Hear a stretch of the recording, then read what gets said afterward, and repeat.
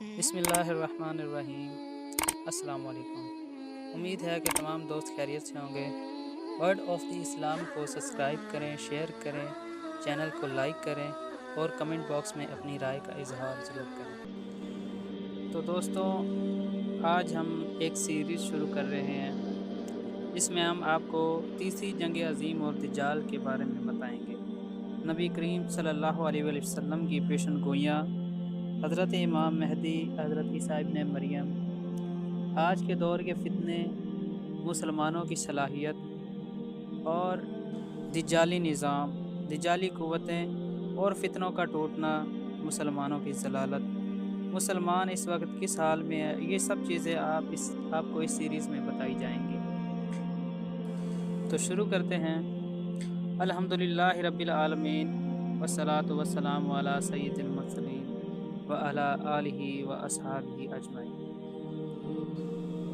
تاریخی عالم میں ایسا بارہا ہوتا آ رہا ہے کہ اپنے وقت کی طاقتور قومیں کمزور قوموں کو فتح کر کے ان کو اپنا غلام بنا لیتی ہیں، لیکن جیسے جیسے فاتح قوموں کی طاقت کا سورج ڈلتا جاتا ہے ویسے ہی غلامی کی زنجیریں بھی ڈھیلی پڑ جاتی ہیں۔ لیکن دور جدید میں طاقتور قومیں کمزور قوموں کو بغیر ان کے علاقے فتح کیے ہی اپنا غلام بنا لیتی ہیں، اور یہ غلامی اتنی بدترین ہوتی ہے کہ فاتح قوم کے مٹ جانے کے بعد بھی جوں کی توں باقی رہتی ہے۔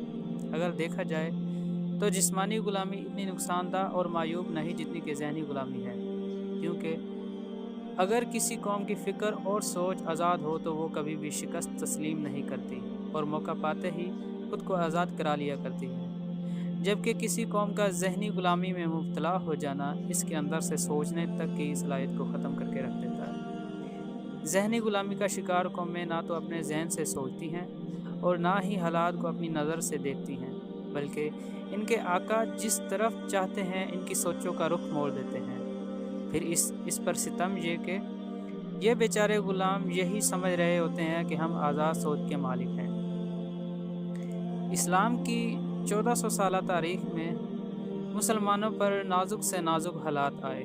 آقا مدنی صلی اللہ علیہ وآلہ وسلم کے وصال کے فوراً بعد اٹھنے والا ارتاد کا فتنہ کوئی معمولی فتنہ نہ تھا۔ اگر اسلام کی بجائے دنیا کا کوئی اور مذہب ہوتا تو اس کا نام و نشان بھی باقی نہ رہتا، لیکن اس خطرناک فتنے سے مسلمان سرخرو ہو کر نکلے۔ 1258 میں فتنہ تاتار در حقیقت ساری دنیا سے مسلمانوں کا وجود مٹا دینے کی سازش تھی۔ تاتاری ایک کے بعد ایک مسلم علاقہ فتح کرتے جاتے تھے، یوں لگتا تھا کہ اس تباہی مچاتے سیلاب کو اب کوئی نہیں روک سکے گا، کیونکہ کسی قوم کے لیے اس سے بڑی مایوسی اور خوف کی بات کیا ہوگی کہ اس کے دارالخلافہ کی اینٹ سے اینٹ بجا دی جائے اور خلافہ وقت کو چٹائی میں لپیٹ کر گھوڑوں کے سموں تلے رون ڈالا جائے۔ لیکن اس سب کے باوجود بھی مسلمانوں نے ہمت نہیں ہاری اور تاتاریوں کے خلاف میدان جہاد میں نکل آئے اور بالآخر ان کو شکست دی۔ غرض یہ کہ جب تک مسلمانوں میں خلافت رہی، مسلمان کبھی کسی قوم کے ذہنی غلام نہیں بنے، بلکہ ان کی سوچیں ہمیشہ آزاد رہیں۔ لیکن خلافت ٹوٹنے کے بعد جہاں ایک طرف مسلم علاقہ پر کافر قبضہ کرتے چلے گئے، وہیں ان کے ذہن بھی کافروں کی غلامی میں جاتے رہے۔ اس غلامی کے اثرات اتنے مؤثر اور دیر پا ثابت ہوئے کہ جسمانی آزادی کے باوجود بھی مسلمان ذہنی طور پر کافر طاقتوں کے غلام ہی رہے۔ ذہنی غلامی کی سب سے بڑی نحوست یہ ہوتی ہے کہ ذہنی طور پر غلام قومیں اچھے کو برا، برے کو اچھا، نفع کو نقصان اور نقصان کو نفع، دشمن کو دوست اور دوست کو دشمن سمجھ رہی ہوتی ہیں۔ اسی کو علامہ اقبال نے فرمایا، بھروسہ کر نہیں سکتے غلاموں کی بصیرت پر جسے زیبا، کہیں آزاد بندے ہیں وہی زیبا۔ اسی ذہنی غلامی کے زہریلے اثرات نے مسلمانوں کے ذہنوں میں یہ بات بٹھا دی کہ اس دور میں اسلامی خلافت کی کوئی ضرورت نہیں اور اب جمہوریت کا دور ہے۔ اس طرح جمہوریت کو اسلامی خلافت کا نعم البدل قرار دے دیا گیا۔ اسی ذہنی غلامی نے مسلمانوں کو قرآن و حدیث کے مطابق سوچنے کی صلاحیت سے دور کر کے رکھ دیا کہ وہ حالات کا قرآن و حدیث کی روشنی میں تجزیہ کرتے، بلکہ آج اکثر پڑھے لکھے لوگ بھی حالات کو مغربی میڈیا کی نظر سے دیکھ کر تجزیہ کرتے ہیں۔ موجودہ دور میں نام نہاد دانشور اور مفکرین اور ادیب حضرات اپنے قلم کو انہی راستوں پر دوڑاتے ہوئے نظر آتے ہیں جو جو خود مغربی مفکرین نے اپنے ہاتھ سے بنائے ہوئے ہوتے ہیں، اور یہ دانشور انہی راستوں پر اپنے قلم کو دوڑا کر جب منزل تک پہنچتے ہیں تو یہ وہی منزل ہوتی ہے جو مغربی مفکرین پہلے سے طے کر چکے ہوتے ہیں۔ حالانکہ یہ حضرات یہ سمجھ رہے ہوتے ہیں کہ وہ بہت دور کی کوڑی لائے ہیں۔ موجودہ دور میں آپ اکثر یہی بات دیکھیں گے۔ مثال کے طور پر روس کا افغانستان میں آنا اور افغان مجاہدین کا جہاد اور فتح طالبان، کیا اسلامی حکومت اور امریکہ کا افغانستان پر حملہ، امریکہ کا خلیج میں آنا اور عراق پر قبضہ، اسرائیل کے فلسطینیوں پر مظالم، 11 ستمبر کے امریکہ پر حملے، اسی طرح کے دیگر واقعات میں ان دانشوروں کے تجزیوں کے نتیجوں کا خلاصہ ایسا ہوگا جس میں مسلمانوں کی حوصلہ افزائی کے بجائے حوصلہ شکنی ہوتی نظر آئے گی۔ اللہ تعالیٰ کی طاقت کو سپر پاور ثابت کرنے کے بجائے کسی کافر ملک کو سپر پاور ثابت کر دیا جائے گا کہ جو کچھ بھی ہوتا ہے بس کافروں کی مرضی کے مطابق ہی ہوتا ہے۔ روس کے خلاف افغان جہاد کو مکمل امریکی امداد اور سیاست کی نظر کر کے مسلمانوں کے بڑھتے حوصلوں کو دبانے کی کوشش کی گئی۔ حالانکہ اتنی بھی تحقیق گوارا نہ کی گئی کہ روس کو شکست امریکی اسلحے سے دی گئی یا آسمان سے اترتے فرشتوں کے ذریعے یہ فتح حاصل کی گئی۔ اگر یہ امریکی مفاد کی جنگ ہوتی تو اس جنگ سے پھر اللہ رب العزت کو بھلا کیا غرض ہو سکتی تھی۔ لیکن یہ بات تحقیق شدہ ہے کہ مکمل افغان جہاد میں مجاہدین کے ساتھ فرشتے آتے رہے جن کو خود روسی افسروں نے بھی بارہا دیکھا۔ جب یہ ثابت ہو گیا کہ اس جہاد میں مکمل اللہ کی مدد تھی تو پھر ہمارے کالم نگار حضرات اس جنگ کو مکمل امریکہ کی جولی میں کیوں ڈال دیتے ہیں؟ کیا صرف اس لیے کہ اس طرح کا مضمون سب سے پہلے کسی امریکی نے لکھا تھا کہ امریکہ سوویت یونین کو ختم کرنے کے لیے افغان مجاہدین کی مدد کر رہا ہے؟ اسی طرح امریکہ کی عالم اسلام کے خلاف صلیبی جنگ کو مکمل اقتصادیات کی جنگ قرار دیا جا رہا ہے، حالانکہ عالم کفر خود اس جنگ کے مذہبی ہونے کا اعلان کر رہا ہے۔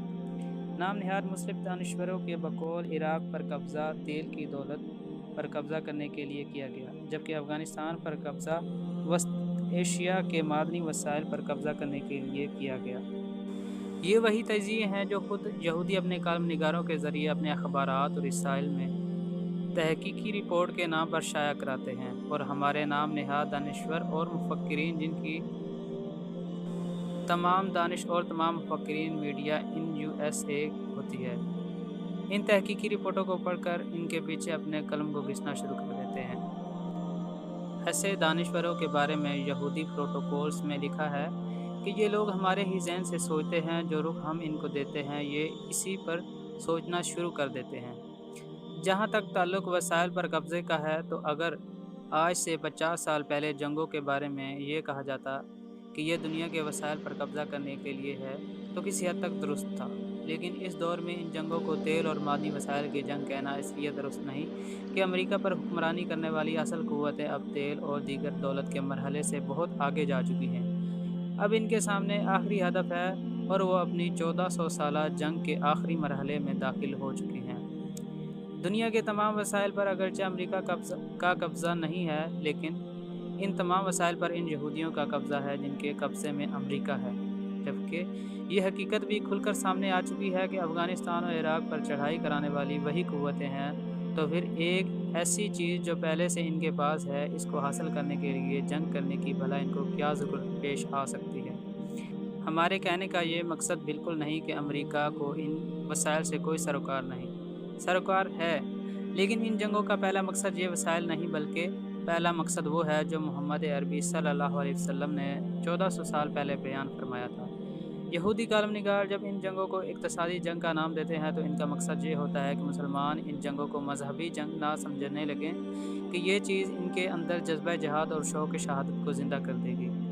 یہ ٹھیک وہی طریقہ کار ہے جو برہمن بھارت کے اندر مسلمانوں پر مظالم ڈھانے کے بعد ان مسلم کش فسادات کو BJP کی سیاست کا نام دے کر مسلمانوں کو ٹھنڈا کر دیتے ہیں اور مذہبی تعصب کو سیاست اور ووٹ پالیٹکس کی بھینٹ چڑھا دیتے ہیں۔ سوچوں میں اس تبدیلی کی بنیادی وجہ یہ ہے کہ مسلمان موجودہ حالات کو قرآن و حدیث کی روشنی میں سمجھنے کی کوشش نہیں کرتے، بلکہ ان کی بنیاد مغربی میڈیا کے تجزیے اور تبصرے ہوتے ہیں۔ ہمیں اس حقیقت کو تسلیم کر لینا چاہیے کہ آج اکثر پڑھے لکھے لوگوں کے سوچنے کا انداز مغربی ہے اور لوگ مغرب کی ذہنی غلامی کا شکار ہیں، جبکہ یہ مسلمہ حقیقت ہے کہ جب تک کسی قوم کا اپنے عقیدے اور نظریے، اپنی بنیادوں اور اصولوں سے گہرا تعلق رہے گا، وہ قوم اس وقت تک کسی کی ذہنی غلام نہیں بن سکتی۔ دنیا کی کوئی بھی قوم اسی وقت تک اپنا وجود برقرار رکھ سکتی ہے جب تک اس کا اپنے افکار و نظریات، عقیدے اور اصولوں کے ساتھ گہرا تعلق رہتا ہے۔ کسی نظریے اور عقیدے کے بغیر کوئی بھی قوم اس قافلے کی طرح ہوتی ہے جو ڈاکوؤں کے ہاتھوں لٹنے کے بعد صحرا میں حیران و پریشان بھٹکتا پھر رہا ہو۔ اور ایسے قافلے کی بدنصیبی یہ ہوتی ہے کہ ہر راہزن کو رہبر سمجھ کر اس کے پیچھے چلنا شروع کر دیتا ہے۔ بار بار دھوکہ کھانے کے بعد بھی ان کا یہی خیال ہوتا ہے کہ اس بار ان کا سفر صحیح سمت میں ہو رہا ہے۔ اس طرح یہ قافلہ اس وقت تک بھٹکتا ہی رہتا ہے جب تک یہ قافلے والے اس راستے کا پتہ نہیں چلا لیتے جہاں ان کو لوٹا گیا تھا۔ چنانچہ اگر آج بھی ہم اپنی منزل کو پانا چاہتے ہیں اور حالات کو درست انداز میں سمجھنا چاہتے ہیں تو ہمیں اپنے اصولوں اور بنیادوں کی طرف لوٹنا ہوگا۔ جب تک ہم یہ پتہ نہیں لگا لیتے کہ موجودہ دور کے بارے میں قرآن حدیث کیا کہتے ہیں، تب تک ہم صورتحال کو بالکل بھی نہیں سمجھ سکتے۔ مسلمانوں کو قرآن و حدیث کی روشنی میں اپنا لائحہ عمل بنانا ہوگا اور مغربی میڈیا کی نام نہاد تحقیقی رپورٹیں پڑھ کر تجزیے کرنے سے چھٹکارا حاصل کرنا ہوگا، ورنہ قیامت تک ہم حالات کا صحیح اندازہ نہیں کر سکیں گے اور اچانک قیامت ہمارے سروں پر آن پہنچے گی۔ اگر ہم یوں ہی تجزیے کرتے رہے تو نہ ہی ماضی کا آئینہ درست تصویر دکھائے گا اور نہ مستقبل کی تصویر واضح ہوگی۔ نہ یورپ کی نشاط ثانیہ کی وجہ سمجھ پائیں گے، نہ پہلی اور دوسری جنگ عظیم کی حقیقت کا سراغ ملے گا اور نہ ہی امریکہ اور سوویت یونین کے مابین سرد جنگ کے ڈرامے کی ہوا لگے گی۔ اسی طرح اب امریکہ چین یا بھارت چین دشمنی کی حقیقت تک بھی نہیں پہنچ پائیں گے۔ ان تمام باتوں کو بیان کرنے کا مقصد یہی ہے کہ نبی کریم صلی اللہ علیہ وسلم کی حدیث کی روشنی میں حالات کو سمجھا جائے اور پھر مستقبل کی منصوبہ بندی کی جائے۔ جب تک یہ تشخیص درست نہیں ہوگی، علاج کیوں کر ممکن ہو سکتا ہے۔